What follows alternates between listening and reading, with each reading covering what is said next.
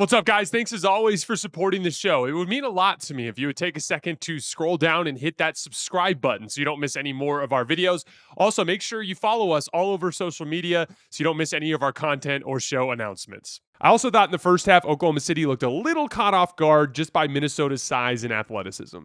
It's just a very different type of athletic profile than Denver was or even Memphis was, and I think that it just took them a little bit of time to adjust, particularly on the offensive end of the floor. All you got to do is look at the box score. They go for 44 points in the first half, and they go for 70 in the second half, right? In the second half, Oklahoma City settles in. They get some nice ISO scoring early in the third quarter from both Shai and J-Dub. Chet starts getting aggressive and scoring in the middle of the floor. They start to, on the other end of the floor, start to win some of those battles on defense against Julius and against Ant. They start to force him into some misses. They get into some foul trouble. And then from there, Shai and Chet just put the game away. There were a lot of openings for Chet. I can't wait to dive further into this in the film, but there were a lot of openings for Chet around the rim on rolls and on cuts and on crashes, on offensive rebound situations, a bunch of that kind of stuff. And I thought you could really see the difference in the two defensive game plans in that regard. And it manifested in a bunch of key spots in the box score. So, for instance, Minnesota takes 51 threes. Oklahoma City takes 21 threes, right? Minnesota gets 20 points in the paint. Oklahoma City gets 54 points in the paint. The way that's manifesting is Minnesota is a lot of like stay home, trust the guy on the ball to do his job. Oklahoma City very much is forward aggressive. We're gambling. We're packing the paint. We're giving up three-point shots in hopes of turning you over and having the aggregate kind of impact of that be a positive, right? And that's the thing. They gave up a ton of threes tonight. Minnesota did not burn them, and we'll have to talk about that here in a minute. Specifically, their bench really struggled to shoot the ball. But Oklahoma City generated 31 points off of 19 Minnesota turnovers.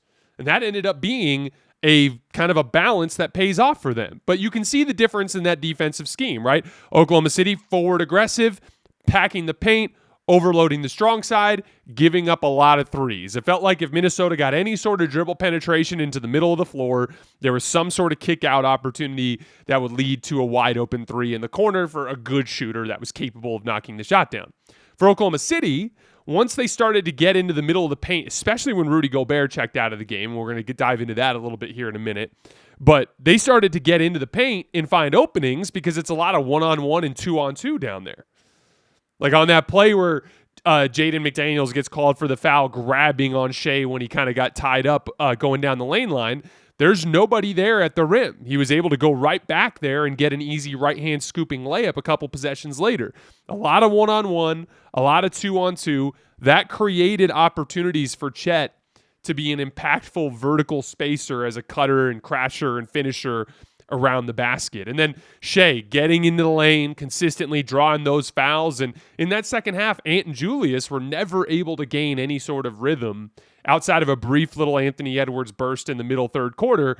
And next thing you know, we're looking at a blowout because that Oklahoma City train got going and Minnesota was never able to reassert control of the situation. I want to just kind of go through some notes that I have from both teams. And then when we're done with that, again, we're going to go to the mailbag. And you guys, any direction of the series you want to dive further into, we'll start to dig into some of the numbers too as they update. So on the Oklahoma City front, I thought J-Dub was great in this game. Like he was fine on offense, nothing that you're going to write home about, not super efficient, but he didn't turn the basketball over. And to get 19 points and 5 assists with 0 turnovers on 18 shots, even though it's not the most efficient thing in the world, that's a fine offensive game in the Western Conference Finals. I thought he was incredible on defense in this game. 5 steals, attacking Ant and Julius every time they turned their back in post-ups and getting the ball knocked away that way. Random turnovers with full court pressure. He got one against Julius Randle that way.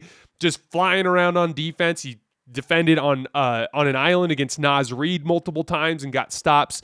Just bumped him really hard on the first one and forced a turnover. Bumped him on a spin on the second one. They brought a nice little baseline double. I think it was from Caruso on that play too that they got another stop. J-Dub was just an incredible defensive force in this particular game. OKC got a nice little shift from Kenrich Williams in this game. He defended really well. He ran some pick and pop where Naz Reid was kind of defending him as like a traditional screen defender, which was leaving him open on the pop. He hit a 3 there.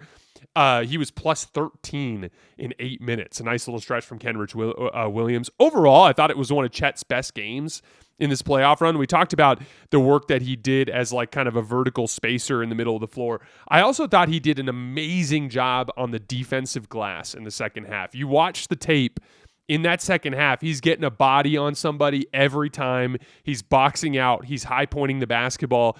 Oklahoma City was able to regain control because Minnesota did a lot of damage on the offensive glass in the first half.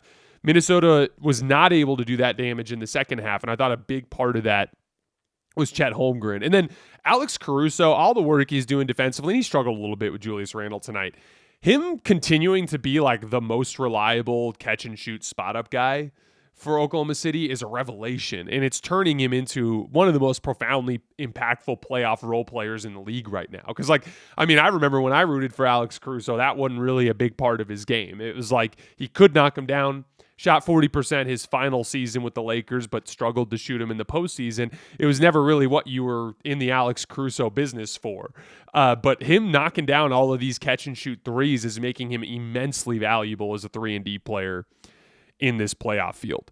On the Minnesota front, again, I still think Ant and Julius can generate quality shots. I thought in the second half it was a lot of fatigue and foul trouble related stuff where, there was an extended stretch there where Ant and Julius were both just off the floor. I mean, Ant was playing pretty well in that mid-third quarter, and he picked up a weak-ass foul on another one of those stupid-ass Shai Gilgeous-Alexander bump-and-run shots, and it just took him out of the game. And I just thought when he came in, he struggled to regain rhythm at that point. It was a very different game, too. By the time Ant came back in, the game was not out of reach, but it was in a fundamentally different type of position as a late fourth quarter double-digit lead than it was in that third quarter stretch.